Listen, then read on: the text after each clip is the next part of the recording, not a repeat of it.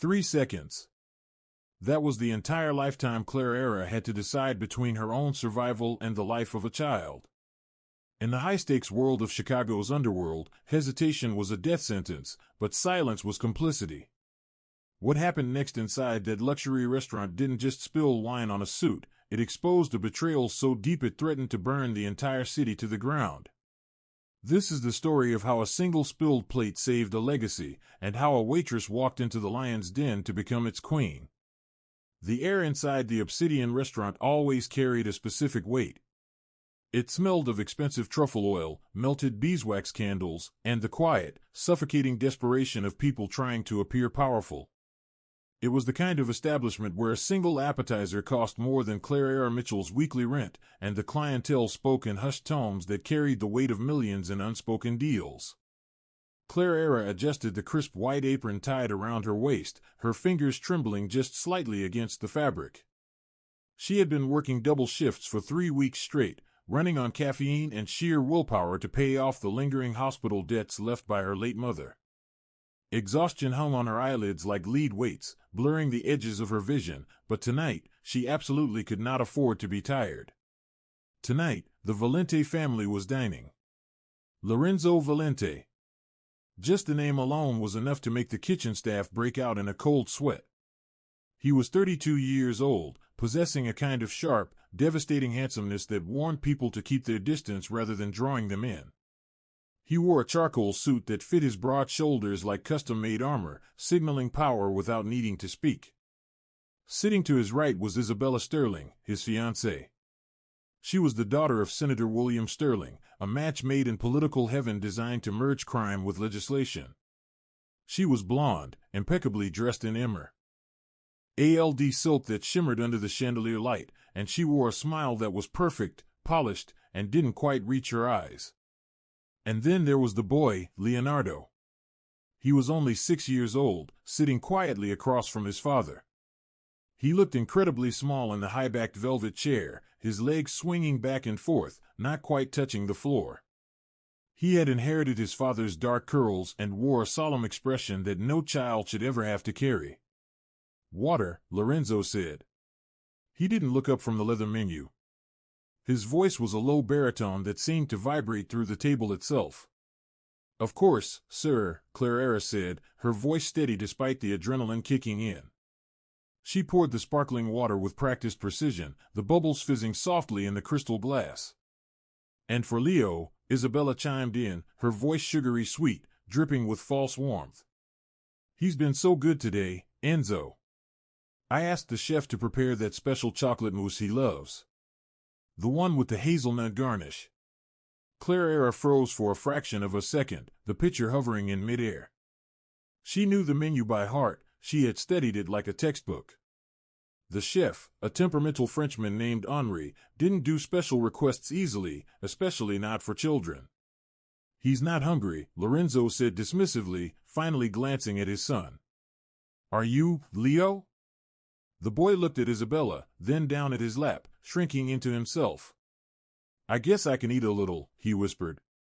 Isabella beamed, placing a manicured hand on Lorenzo's forearm, her nails digging in slightly. "See, he needs his strength. I'll go check on the dessert myself to make sure it's perfect." She stood up, the silk of her dress rustling like dry leaves. Clara watched her go, a knot of unease tightening in her stomach. Something felt off. It wasn't just the overly solicitous tone. It was the way Isabella's hand lingered near her clutch bag before she headed toward the kitchen hallway, protecting it like a secret. Clara had a table in the corner to attend to, but her eyes kept drifting back to the Valente table, unable to shake the feeling of impending doom. 5 minutes later, Isabella returned, trailing a busboy who carried a silver tray covered by a cloche. "Here we are," Isabella cooed. She took the crystal bowl from the tray herself, a highly unusual breach of protocol, and placed it directly in front of the boy. "Eat up, sweetie." The mousse looked rich and dark, decadent under the warm lights. But as the restaurant lights hit the surface at a specific angle, Clara saw it. It was faint, almost invisible to the untrained eye. A tiny, shimmering residue on the rim of the bowl, right where the spoon rested. To anyone else, it might have looked like a stray grain of sugar or a reflection of the chandelier. But Claire Era had spent 2 years in nursing school before the debt forced her out. She knew pharmacology. She knew what crushed dioxin pills looked like when they weren't fully dissolved. She knew that look of chalky dust against dark chocolate. Leo picked up his spoon. Isabella was watching him intensely. She wasn't eating her own food. Her hands were gripping the tablecloth, her knuckles white as bone. She was holding her breath. She's waiting for him to die. Clara realized the thought hit her with the force of a physical blow to the chest. Leo scooped up a large spoonful of the chocolate. He opened his mouth. Clara didn't think. She didn't calculate the risk of approaching a man who was rumored to have killed 3 men with a fountain pen. She just moved. She sprinted across the dining floor, ignoring the gasp of the maitre d'. "Stop!" Clara screamed. The sound tore through the restaurant, shattering the quiet elegance. Leo flinched, the spoon hovering inches from his lips. Isabella's head snapped up, her eyes wide with sudden, pure rage. "What is the meaning of this?" Lorenzo's fiancée shouted. "Put something in your son's food," the waitress screamed, crashing into the table. She didn't stop there. She slapped the spoon out of the child's hand, sending chocolate splattering across Lorenzo's pristine charcoal suit. The restaurant went deathly silent. For one heartbeat, nobody moved. The air seemed to vanish from the room. Then, the sound of a slide racking back echoed through the space like a thunderclap. Lorenzo Valente was standing. In his hand was a matte black Nighthawk custom pistol. He wasn't aiming it at Clara. He was holding it low, scanning the room, his body instinctively shielding his son. "What did you say?" Lorenzo's voice was lethally quiet, colder than the ice in the water glasses. Isabella stood up, her face flushed with indignation. "Enzo, this crazy woman just attacked us. Look at her. She's probably on drugs. Shoot her." Clara was panting, her chest heaving against her uniform. She stood between the Mafia Don and the exit, her hands raised in surrender, knowing one wrong move could end her life. "Look at the rim of the bowl," she begged, her voice shaking, but defiant. "Please look at the rim. It's not sugar. It's crushed tablets." She went to the kitchen to spike it. "She's lying." Isabella shrieked, her voice cracking under the pressure. "I went to check on the chef. Enzo, get security to throw her out." Lorenzo looked at Clara. He saw the terror in her eyes, but he also saw the conviction. He looked down at his son, who was trembling, chocolate stained on his shirt. Then Lorenzo looked at the bowl. He dipped his pinky finger into the white powder on the rim, rubbing it against his thumb. He brought it to his nose. He didn't taste it. He knew better. Lorenzo turned his head slowly toward Isabella. The look on his face was terrifyingly blank, devoid of all humanity. "Isabella," he said softly, "why does my son's dessert smell like almonds and chemical binder?" Isabella's face drained of all color, leaving her looking like a wax figure. "I don't know. The chef must have." "The chef has been with my family for 20 years, Lorenzo cut her off, his voice rising slightly. "You are the only one who touched the bowl. Enzo, baby, please." She took a step back, her heels clicking on the marble. "Rocco," Lorenzo commanded without looking away from her. A massive figure stepped out of the shadows near the entrance. Rocco, the head of security, was there in an instant, his presence filling the doorway. "Seal the doors. Nobody leaves," Lorenzo ordered. "And take Miss Sterling to the car." "The trunk." Isabella screamed as Rocco grabbed her arm, twisting it behind her back. "You can't do this. My father is a senator. You'll start a war, Lorenzo." "A war?" Lorenzo said, finally holstering his weapon. "The war started the moment you tried to poison my blood." He turned back to Clara. She was still shaking, waiting for the bullet that never came. Lorenzo reached into his jacket, pulled out a handkerchief, and wiped the chocolate from his lapel. Then he looked Clara dead in the eye. "What is your name?" "Clara," she stammered. "Clara Mitchell." "Clara Mitchell," Lorenzo repeated, tasting the name like it was a complex wine. "You just accused the daughter of a senator of attempted murder in front of 50 witnesses." "I told the truth," Clara whispered. Lorenzo stepped closer. He towered over her, radiating heat and danger. He smelled of gunpowder and expensive cologne. "We'll see." "You're coming with me." "What?" "No, I have to work." "You don't work here anymore," Lorenzo said, grabbing her wrist. His grip was iron, but not painful. "If you're right, you own this city. If you're wrong, you won't live to see the sunrise." The ride to the Valente estate was suffocatingly silent. Clara sat in the back of a black armored SUV, the leather seats cool against her skin. Lorenzo sat next to her, looking out the tinted window, his jaw set in a hard line. Leo was asleep on the other side of his father, his head resting on Lorenzo's leg. "Ev." And in sleep, the boy held onto his father's jacket like a lifeline. Clara's mind was racing. Why did I do that? Why didn't I just stay quiet? But she knew the answer. She couldn't watch a child die. Not again. Not ever. The car slowed as it passed through massive iron gates that groaned open. The Valente estate wasn't a house. It was a fortress. High stone walls topped with security measures, cameras swiveling in every corner like mechanical eyes, and men with assault rifles patrolling the perimeter. When the car stopped, Lorenzo carried Leo inside, gesturing for Clara to follow. They entered a grand foyer with marble floors so polished she could see her reflection, and a chandelier that looked like it cost more than Clara's entire neighborhood. "Rocco," Lorenzo called out.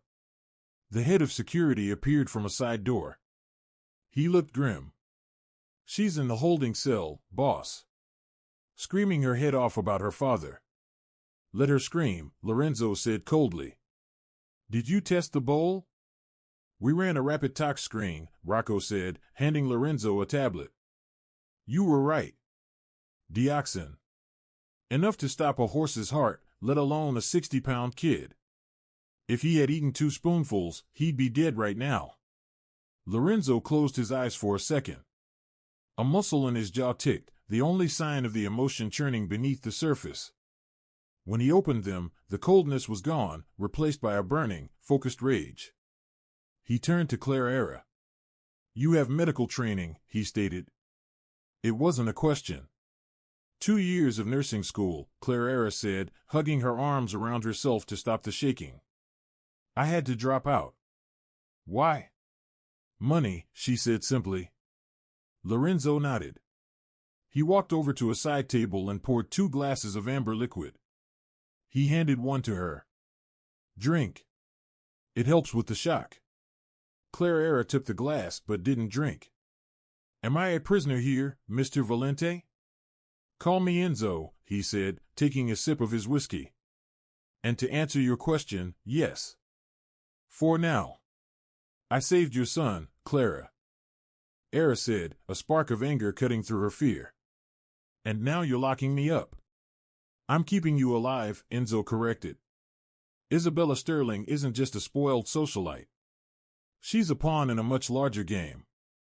If she tried to kill Leo, it means her father or someone even more powerful sanctioned it.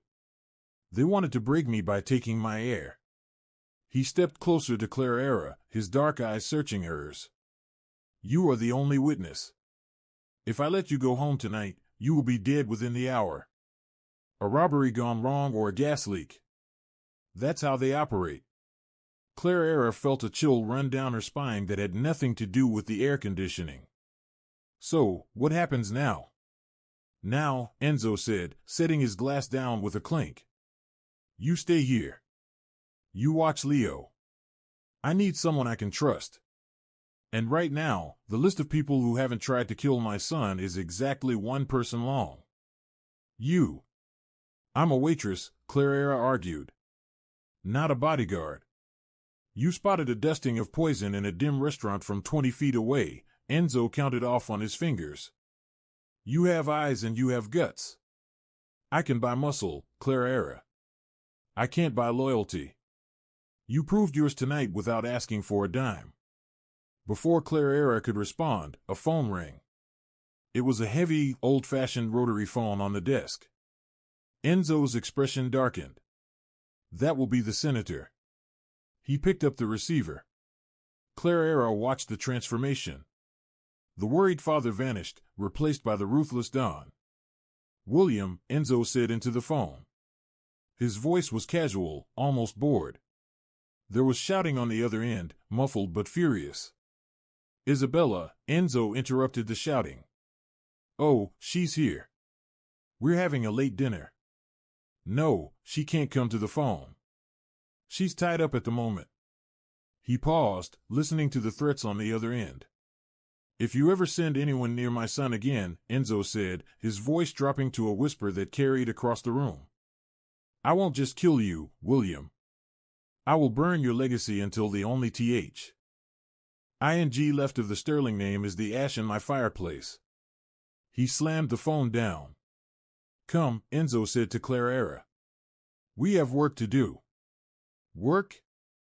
Isabella wasn't working alone, Enzo said, walking toward the heavy oak doors of his study. She's going to tell us who gave her the poison, and you're going to help me verify if she's lying. Me? How?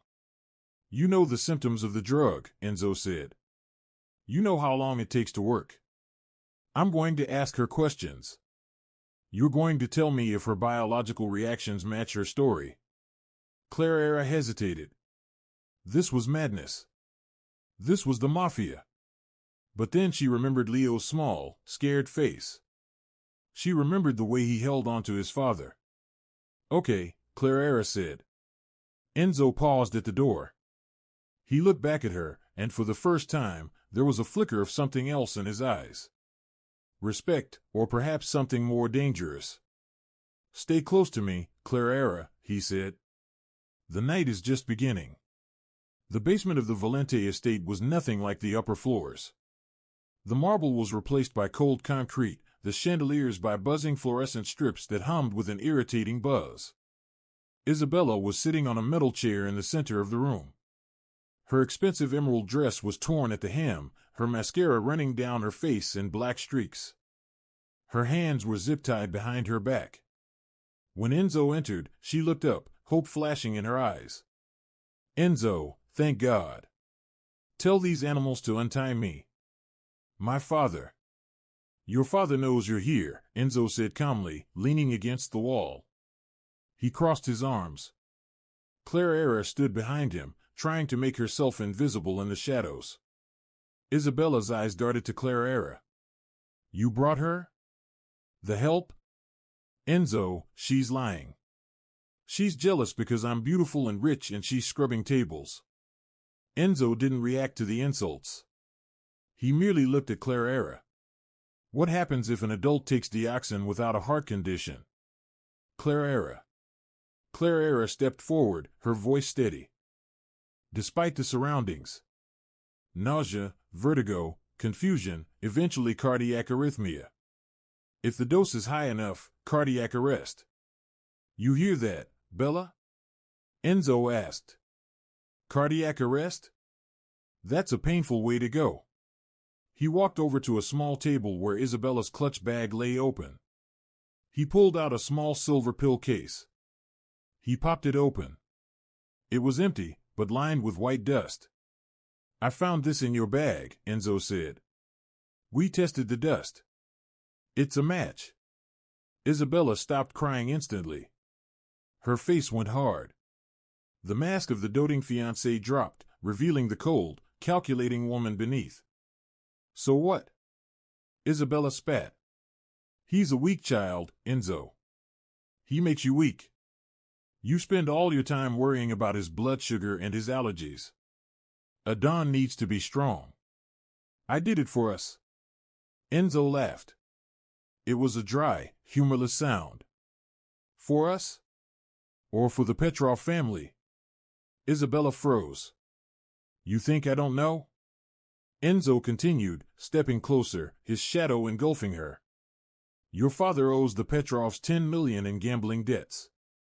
They promised to wipe the slate clean if you removed my heir. With Leo gone, you would give me a new son. A son with sterling blood. A son the Petrovs could control. Clara gasped. The cruelty of it was staggering. He's a brat. Isabella screamed. He's not even yours. Everyone knows his mother was a whore smack. The sound echoed off the concrete walls. Enzo hadn't hit her. Clara had. Clara stood there, her hand stinging, her chest heaving. She had crossed the room without realizing it. Don't you dare! Clara hissed. He is a child, an innocent child who trusted you. Isabella looked at Clara in shock. Enzo looked at Clara, his eyebrows raised. He didn't look angry. He looked impressed. You have fire, Clara, Enzo murmured.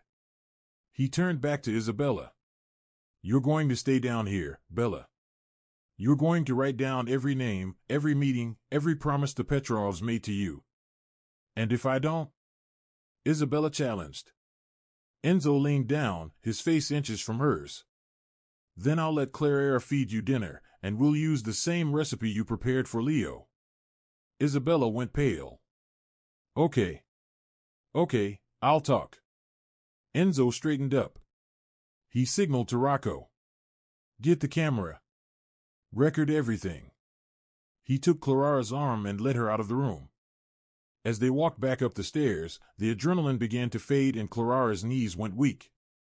She stumbled. Enzo caught her effortlessly, his arm wrapping around her waist.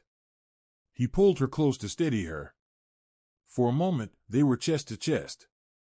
Clara could feel the heat radiating off him. She looked up and his face was dangerously close. You have a habit of saving my family, Enzo said, his voice low and husky. I hate bullies, Clara breathed. You're in the wrong line of work then, Enzo said. But his thumb grazed her hip bone softly. Or maybe you're exactly what I need. He pulled away, creating a respectful distance, but the air between them crackled with electricity. Go upstairs to the guest wing, second door on the right. There are clothes there, Enzo commanded, his voice returning to business. Tomorrow we go to war with the Petrovs. And I need you to look the part. Look what part? Clara asked. Enzo turned back. A ghost of a smile playing on his lips. My new fiancé. Morning light filtered through the heavy velvet curtains of the guest suite, painting stripes of gold across the Persian rug. Clara Mitchell sat on the edge of the four-poster bed, staring at the dress laid out before her. It was a weapon in the form of fabric, a deep midnight blue Chanel gown, structured and elegant, with a slit that promised danger. There was a knock at the door. Enter, Clara said, her voice sounding stronger than she felt. Enzo walked in. He had traded the tuxedo for a casual button-down shirt, sleeves rolled up to reveal tattooed forearms and dark jeans. It was a jarring sight, the Mafia Don looking almost domestic. But the gun harness under his armpit was a reminder of reality. Coffee, he said, handing her a steaming mug. Black, 2 sugars. That's how you took it in the break room at the restaurant. Clara took the mug, surprised. You noticed? I notice everything, Enzo said, leaning against the door frame. It's how I stay alive. Speaking of staying alive, we need to talk terms. He pulled a folded document from his back pocket and tossed it onto the bed. The Petrov family knows the engagement is off. They know Isabella failed. They will view this as a declaration of war. To protect Leo, I need to present a united front. I need a wife, a mother for my son, someone the public and the underworld believes I would burn the city down for. Clara picked up the paper. It was a contract. Her eyes widened at the figure on the bottom line. $1 million. This covers your debts, Enzo said, watching her face. Your mother's hospital bills, your student loans, everything. In exchange, you wear my ring. You live in my house. You attend events on my arm. And most importantly, you protect Leo. For how long? Claire Era asked. Until the Petrovs are neutralized. Could be a month. Could be a year. Claire Era looked at the money. It was freedom. It was a restart. But then she looked at Enzo. And what if I say no? You walk out that door, Enzo said simply. I'll give you a security detail for a week. After that, you're on your own against a cartel that knows you're the reason their plan failed. It wasn't a threat from him. It was a statement of fact. Claire Era took a sip of the coffee. It was perfect. I have conditions, she said. Enzo raised an eyebrow. You're negotiating with a Don. I'm negotiating with a father, Claire Era corrected. Condition 1, I am not a prisoner. I can leave the house with security, fine, but I won't be locked up. Condition 2, Leo is not a prop. If he's scared, we leave, no matter who we offend. Enzo studied her for a long moment. The silence stretched, thick and heavy. Then a slow smirk spread across his face. Agreed, he said. He reached into his pocket and pulled out a velvet box. He snapped it open. Inside sat a diamond the size of a quail egg, an emerald-cut, flawless stone set in platinum. It was heavy, ancient, and terrifyingly beautiful. The Valente family ring. Give me your hand. Claire Era extended her trembling hand. Enzo slid the ring onto her finger. His skin was rough, calloused, but his touch was surprisingly gentle. He didn't let go of her hand immediately. The gala is tonight, Enzo said, his thumb brushing over her knuckles. The Petrovs will be there. The governor will be there. The press will be there. You need to convince them all that you are the love of my life. Claire Era looked up into his dark, intense eyes. And how do I do that? Enzo stepped closer, invading her personal space until she could feel the heat radiating from his chest. By looking at me like you're the only one who knows where the bodies are buried. Daddy. The voice broke the spell. They sprang apart. Leo was standing in the doorway clutching a stuffed bear. He looked small and pale. Leo, Enzo said, his voice instantly softening. I had a nightmare, the boy whispered. The chocolate. Claire Era didn't wait for Enzo. She crossed the room and knelt in front of the boy. The chocolate is G1, Leo. It's all gone. And you know what? I bet the chef can make pancakes. Safe pancakes. I'll make them myself. Do you want to help me? Leo looked at his father for permission. Enzo nodded, a look of profound relief washing over his face. Okay, Leo whispered. He took Clara's hand, the hand wearing the $1 million ring. Enzo watched them walk toward the kitchen. For the first time since his wife died 4 years ago, the cold stone of the manor felt a little bit like a home, but he knew the warmth was dangerous. It gave him something to lose. The Chicago ballroom of the Ritz-Carlton was transformed. Thousands of white roses adorned the pillars and a string quartet played soft Debussy in the corner. It was the governor's annual charity ball, the most exclusive event of the season. When the doors opened and Mr. Lorenzo Valente and Ms. Claire Era Mitchell were announced, the room went silent. Claire Era felt the weight of 300 pairs of eyes. She gripped Enzo's arm. The midnight blue dress fit her like a second skin, and the diamond on her hand caught the light, sending prisms dancing across the walls. Breathe, Enzo whispered in her ear, his lips grazing her skin. You own this room. They are sheep. You are the wolf's mate. They descended the grand staircase. Cameras flashed like lightning storms. Is that the waitress? Someone whispered loudly. Look at the ring. That's the Valente matriarch stone. What happened to Isabella? Enzo guided her through the crowd like a shark cutting through water. He introduced her to judges, city council members, and CEOs. Claire Era played her part perfectly. She laughed at the right moments. She touched Enzo's arm possessively. She smiled with a secret knowledge. But the air changed when he walked in. Viktor Petrov. He was an older man, bald, with a scar running through his left eyebrow. He was surrounded by 4 men who looked more like soldiers than bodyguards. Beside him was his son, Alexei, young, arrogant, and reckless. Viktor walked straight toward them. The crowd parted, sensing the violence in the air. Lorenzo. Viktor boomed, his voice like gravel. And the new flavor of the month? Enzo's grip on Clarara's waist tightened imperceptibly. Viktor, enjoying the open bar? I hear cash flow is tight for you these days. Viktor's eyes narrowed. Careful, boy. You discarded a senator's daughter for this. He gestured dismissively at Clarara. A serving girl. You insult our traditions. She has more honor in her little finger than your entire bloodline, Enzo said, his voice dropping to that lethal whisper. Is that so? Alexei Petrov stepped forward, leering at Clarara. She's pretty for a commoner. Tell me, darling, how much did he pay you? I'll double it. Clarara felt the rage radiating off Enzo. She knew he was about to draw his weapon. If he did, tonight would end in a massacre.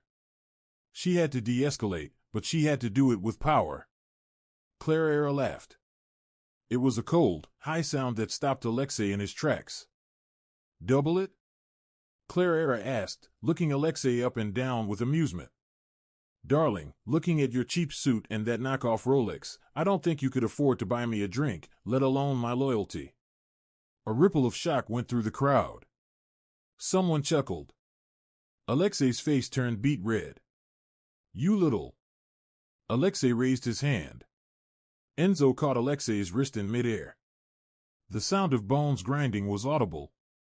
Touch her, Enzo snarled, and I will remove this hand and feed it to you, gentlemen. The governor appeared, sweating profusely, flanked by security. Please, this is a charity event. Viktor glared at Enzo, then at Clarara, a look of genuine hatred. Enjoy your night, Lorenzo. Darkness comes early in Chicago. The Petrovs retreated, but the message was clear. The truce was over. Later on the balcony, away from the prying eyes, Clarara let out a breath she felt she'd been holding for an hour. You were incredible, Enzo said. He was leaning against the stone railing, watching her. I was terrified, Clarara admitted. You didn't look it. Enzo moved closer. The city skyline glittered behind him. When you insulted Alexei, I wanted to kiss you right there in front of everyone. Clarara's heart hammered against her ribs. Why didn't you? Because, Enzo murmured, reaching out to tuck a strand of hair behind her ear. If I start kissing you, Clarara, I don't think I'll be able to stop. He leaned in. Clarara tilted her head back. The kiss wasn't gentle. It was desperate, fueled by adrenaline and danger. Enzo's hands tangled in her hair, pulling her flush against him. Clarara wrapped her arms around his neck, the line between fake and real dissolving instantly. For a moment, there were no Petrovs, no poison, no contracts, just the fire between them. But the moment was shattered by the screech of tires below. Get down! Enzo roared. He tackled Clarara to the ground just as the balcony glass shattered. Bullets strafed the stone wall where they had been standing a second ago. Panic erupted inside the ballroom. Screams, more glass breaking. Rocco! Enzo yelled into his lapel mic status. Hit squad. Rocco's voice crackled, accompanied by automatic gunfire. They're coming up the service elevator. We need to move.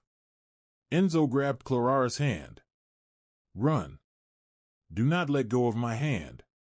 They sprinted through the chaos of the ballroom. Guests were cowering under tables. Enzo moved with military precision, firing 2 shots at a gunman who burst through the kitchen doors. The man dropped. They reached the emergency stairwell. Enzo kicked the door open. They ran down 3 flights of stairs, lungs burning. When they reached the loading dock, a black van screeched to a halt in front of them. The side door slid open, but it wasn't Rocco. It was Alexei Petrov holding an assault rifle. Surprise. Alexei grinned. Enzo shoved Claire behind a concrete pillar just as Alexei opened fire. The bullets chipped away the concrete, sending dust into their eyes. Enzo returned fire, but he was pinned down. Clara, Enzo said, checking his magazine. I have 4 rounds left. Rocco is 2 minutes out. I'm going to draw their fire. You run for the exit. No. Clara grabbed his arm. I'm not leaving you. You have to. You have to survive to take care of Leo. Leo needs his father. Clara screamed. Suddenly, a realization hit her. The loading dock. She had worked catering gigs at this hotel before. She knew where the fire suppression system override was. It was 10 feet away on the opposite wall. Cover me, Clara said. What? No. Clara didn't listen. She bolted from cover. Clara. Enzo screamed, standing up and firing blindly at the van to distract them. Clara slid across the oily floor, bullets pinging around her feet. She reached the red lever and yanked it down with all her weight. Whoosh! Chemical foam and high-pressure water exploded from the ceiling nozzles. The visibility dropped to 0 instantly. The floor became a skating rink. My eyes! Alexei screamed as the chemical foam hit his face. Enzo didn't waste a second. He moved through the white mist like a phantom. 2 shots rang out, then silence. Clara sat against the wall, shivering, soaked in foam. A shadow emerged from the mist. Enzo. He was unharmed. He walked over to her, holstered his weapon, and scooped her up into his arms as if she weighed nothing. You are, Enzo panted, pressing his forehead to hers. The craziest woman I have ever met. Is that a compliment? Clara chattered, her teeth clicking. It's the highest honor I can give, Enzo said. Rocco's armored SUV roared into the loading dock a moment later. But as they piled into the car, Enzo's phone rang. He answered it. His face went gray. The blood drained from his lips. What? Clara asked, terrified. Is it Leo? Enzo dropped the phone.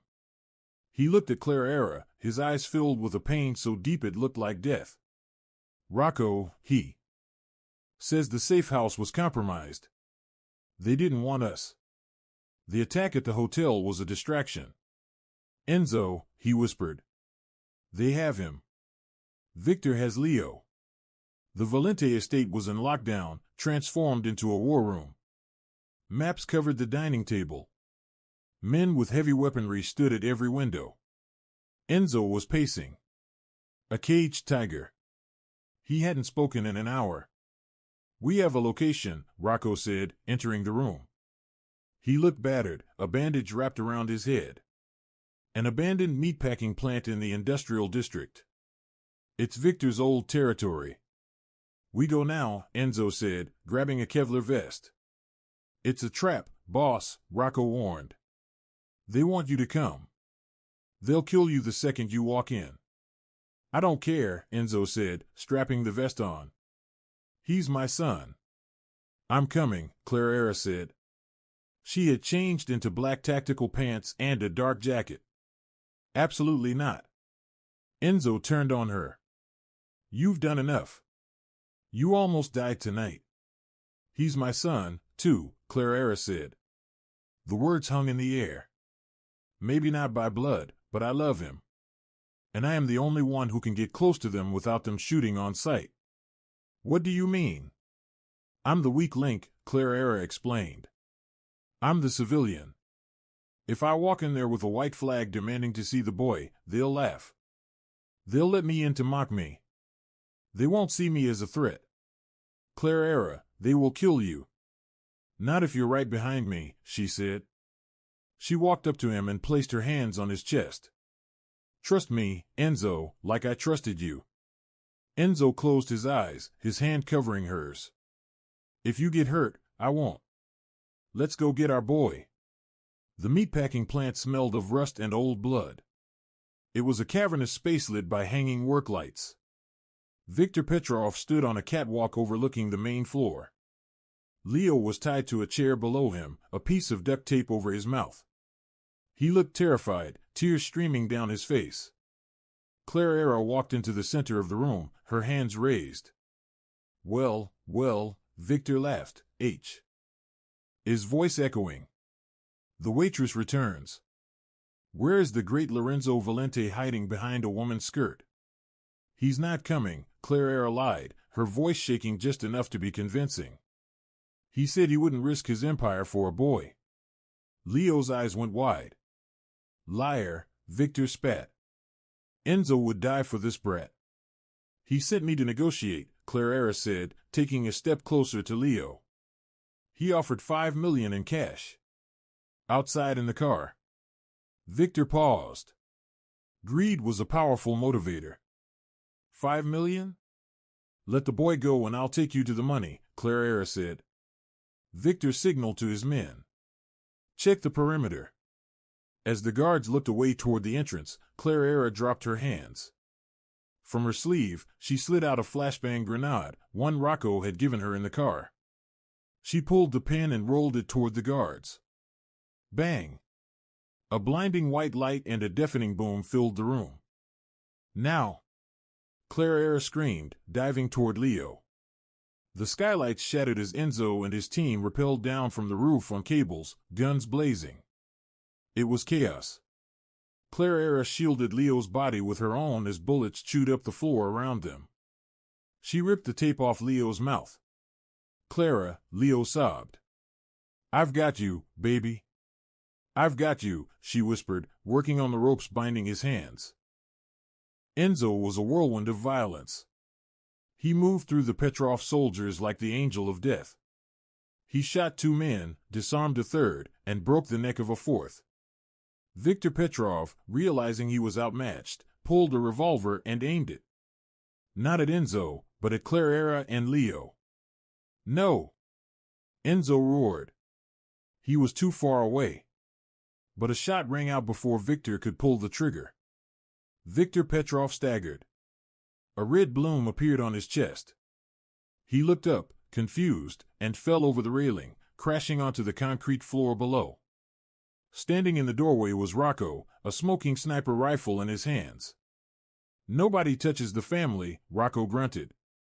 The room fell silent. The Petrov men, seeing their leader dead, dropped their weapons. Enzo ran to Clara and Leo. He fell to his knees, wrapping his massive arms around both of them. He buried his face in Leo's neck, shaking uncontrollably. I've got you, Enzo choked out. I've got you both. Leo was clinging to Clara, and Clara was clinging to Enzo. In the middle of the slaughterhouse, covered in dust and blood, they were finally a family. The snow began falling over Chicago just after noon. Large lazy flakes that coated the grime of the city in a pristine, forgiving white. By evening, the Valente estate, once a fortress that whispered of violence and secrets, looked like something out of a storybook. The iron gates were wreathed in holly, and the harsh floodlights that used to scour the grounds for assassins were now softened, casting a warm golden glow over the snow-covered lawn. Inside, the transformation was even more profound. 3 months had passed since the night at the meatpacking plant. 3 months since the Petrov Empire crumbled into dust, leaving Lorenzo Valente the undisputed king of the city.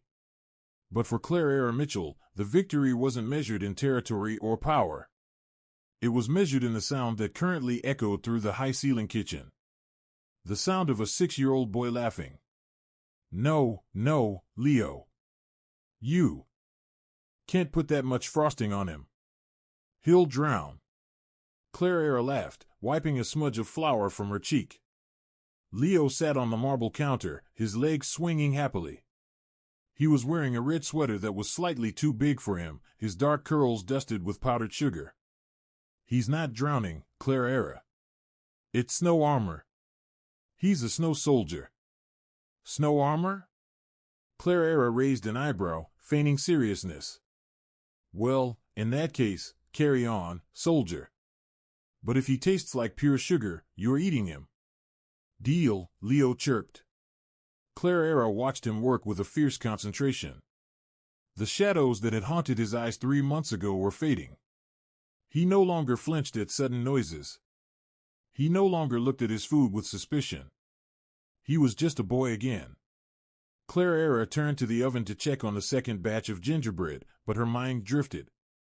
Her hand instinctively went to the heavy diamond on her ring finger, the Valente matriarch ring. The contract she had signed with Enzo was clear. Term, until the threat is neutralized. The threat was gone. The Petrovs were history. The police investigation had been handled by Enzo's lawyers, resulting in the incident being labeled a gang dispute in which Claire Era and Leo were innocent bystanders. Technically, her job was done. She had fulfilled every clause. She had played the part of the devoted fiancée. She had protected the heir, and she had stood by the Don. By all rights, she should be packing her bags. The $1 million Enzo had promised was already in a secure account in her name. She could go anywhere, Paris, Rome, or just a quiet apartment in a neighborhood where no one knew her name. The thought made her chest ache with a physical sharpness. She looked around the kitchen. This massive, intimidating house had somehow become home. The staff, once cold and distant, now greeted her with smiles. Rocco, the terrifying head of security, had even knitted her a scarf, though he claimed he bought it. And Leo, leaving Leowa. Old shatter her heart into a million pieces. And Enzo. Claire Era closed her eyes. Enzo was a complication she hadn't anticipated. He was the employer, the dangerous Mafia Don, the man who had effectively kidnapped her. But he was also the man who listened to her when she had nightmares. He was the man who had held her in the back of the ambulance, refusing to let the paramedics separate them. He was the man whose gaze made her feel like the only woman in the world. But they had never spoken about after. They existed in a bubble of the present, pretending the expiration date on their arrangement didn't exist. Is the oven supposed to beep like that? Leo asked, pulling her from her thoughts. Claire Era jumped. Oh, the cookies. She grabbed the oven mitts and pulled the tray out just as the heavy oak door to the kitchen swung open. A draft of cold air followed Lorenzo Valente into the room. He was wearing a long black wool coat, flakes of snow melting on his broad shoulders. He looked tired, the bone-deep weariness of a man who carries the weight of a kingdom. But as soon as his eyes landed on them, the tension drained from his face. It smells like a bakery in here, Enzo said, his voice a low rumble that vibrated through Clarara's bones. Daddy. Leo scrambled off the counter, ignoring Clarara's rule about running in the kitchen, and launched himself at his father. Enzo caught him effortlessly, swinging him up into his arms. He buried his face in the boy's neck, inhaling deeply. Hey, Leonino, did you save any sugar for the cookies, or is it all on your shirt? It's snow armor, Leo declared proudly. Clara helped me. Enzo's eyes lifted to meet Clarara's across the kitchen island. The look in them was intense, burning with a heat that had nothing to do with the oven. Did she now? Enzo walked over to her, Leo still perched on his hip. Claire Era felt her heart rate spike. I may have been an accessory to the sugar crime. Enzo sat Leo down. Go wash your hands. Leo. Rocco is in the living room. He brought you a comic book. Awesome. Leo sprinted out of the room, leaving a trail of flour dust in his wake. Suddenly, the kitchen felt very small and very intimate. Enzo took a step closer to Claire Era. He didn't touch her, but the air between them crackled with electricity. He reached out and brushed a stray lock of hair from her forehead, his thumb lingering on her skin. You have flour on your nose, he murmured. Claire Era gave a nervous laugh. I'm a mess. I should probably go change before dinner. You look beautiful, Enzo said. The words were simple, but the weight he put behind them stopped Clarara's breath. You look like you belong here.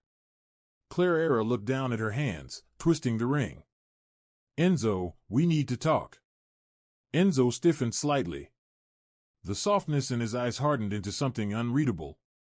Do we? The contract, Clara whispered, forcing herself to say the words she dreaded. The Petrovs are gone. The city is safe. I fulfilled my side of the bargain. Enzo walked over to the counter and poured himself a glass of water, his back to her. The silence stretched, agonizing and thick. So, you have, Enzo said finally. He turned around, leaning against the sink, crossing his arms over his chest. You have your money, Clara. You're debt-free. You're young. You could go to nursing school. You could travel. You could find a man who doesn't have a target on his back and a gun in his glove box. Clara felt tears prick her eyes. He was letting her go. He was giving her the out. It was the noble thing to do, and she hated him for it. Is that what you want? Clara asked, her voice trembling. You want me to leave?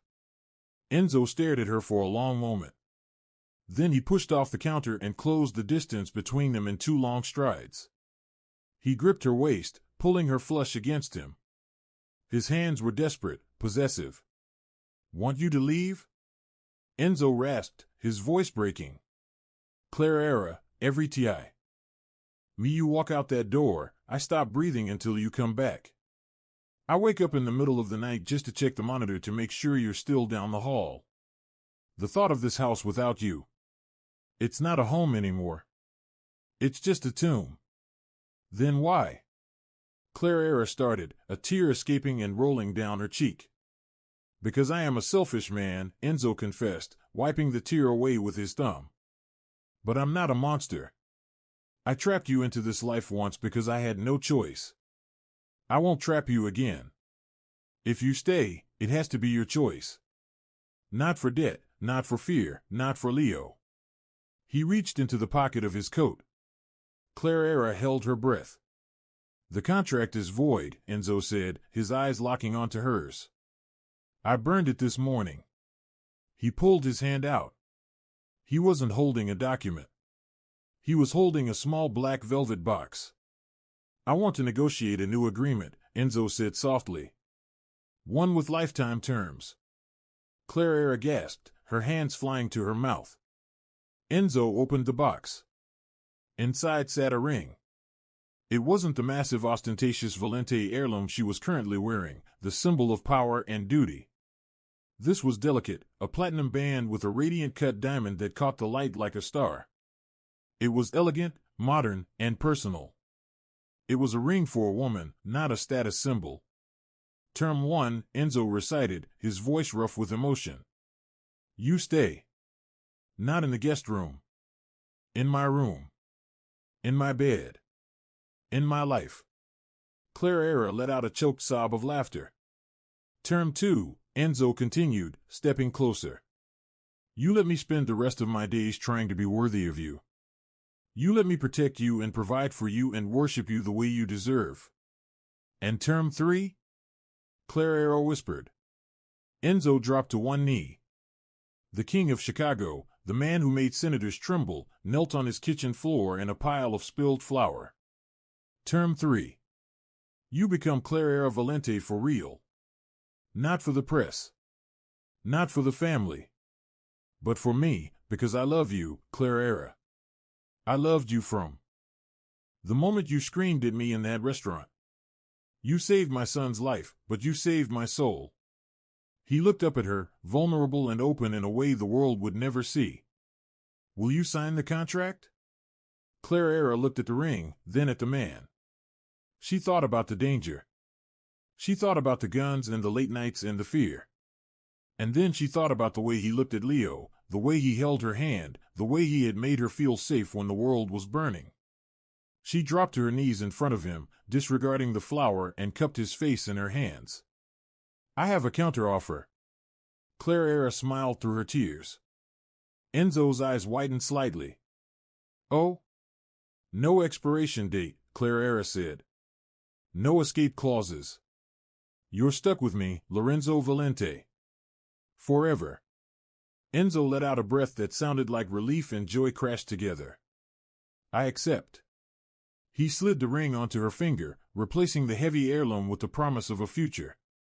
Then he kissed her. It wasn't the showy kiss of the gala or the desperate kiss of the loading dock. It was slow, deep, and filled with a promise of forever.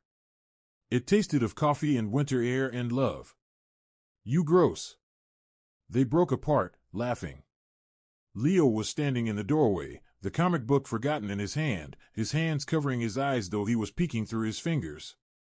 Leo, get in here, Enzo commanded, holding out an arm. Leo ran over and threw himself into the pile, hugging them both. Is Clara staying? Leo asked, looking up at his father. Yes, Leo, Enzo said, kissing the top of his son's head, his arm tightening around Clara. She's staying. She's never leaving. Good, Leo decided, because she promised to make the frosting gun, and you can't break a promise. No, Clara said, leaning her head on Enzo's shoulder, looking at the two boys who had become her whole world. In this family, we keep our promises. Outside, the snow continued to fall, burying the dark history of the city under a fresh white coat. But inside the Valente estate, the fire was warm. The air smelled of ginger and pine. And for the first time in a long time, there was peace. The waitress had saved the king, but in the end, they had all saved each other. And that is the incredible story of how Clara Mitchell went from serving tables to ruling the Chicago underworld. It just goes to show that sometimes the bravest thing you can do is speak up. Even when your voice shakes, Clara didn't just save a life that night. She saved a soul. If you enjoyed this roller coaster of romance, danger, and justice, please smash that like button. It really helps the channel grow. What would you have done if you saw something suspicious in a Mafia Don's food? Let me know in the comments below. And don't forget to subscribe and ring that notification bell so you never miss a story. We have a crazy thriller coming up next week about a bodyguard who falls for the wrong target and you won't want to miss it. Thanks for watching and stay safe out there.